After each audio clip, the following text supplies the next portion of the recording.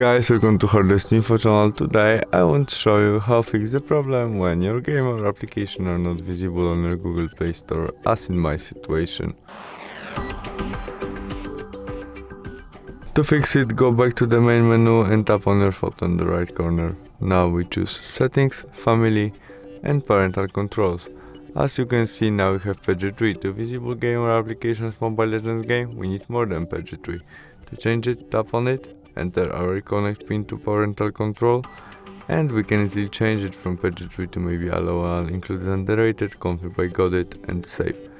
You can also turn off your parental control by switch off. And that's all. We can go back and try search Mobile Legends games again, and we can install it. Thanks for watching, see you soon, bye.